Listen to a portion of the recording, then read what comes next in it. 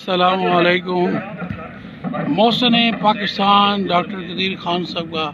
نماز جنازہ پڑھا جائے گا تھوڑی دیر بعد۔ اب حالت یہ ہے کہ اس عظیم الشان مسجد کے باہر ایسے پہرا دیا گیا ہے جیسے کوئی آرمی، انڈیا کی آرمی آ رہی ہے اٹیک کرنے، اور جو نمازی ہیں جو جنازہ پڑھنے کے لیے آ رہے ہیں ان کے لیے انتہائی زیادہ تکلیف کا باعث ہے یہ سارا نظام۔ کم از کم عوام کو بتاتے 2-4-6 گھنٹے کا وقفہ دیتے، اور ایسے انتظامات کر کے ظاہر یہ کیا گیا جی بڑا سیکورٹی بڑی ہائی ہے۔ اب سیکورٹی ہائی اور اتنا کم ٹائم دینا ایک محسن پاکستان کے جنازے کے لیے انتہائی قلیل وقت ہے، اور بڑی یہ زیادتی ہے کہ جو لوگ اس وقت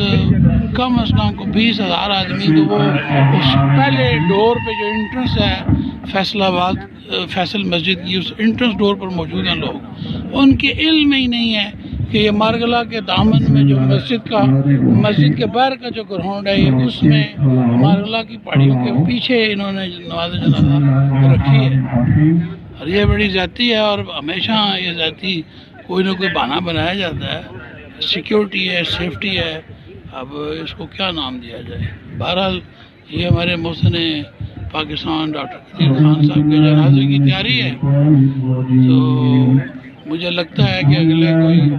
10-20 منٹ میں انہوں نے جنازہ پڑھ دینا ہے،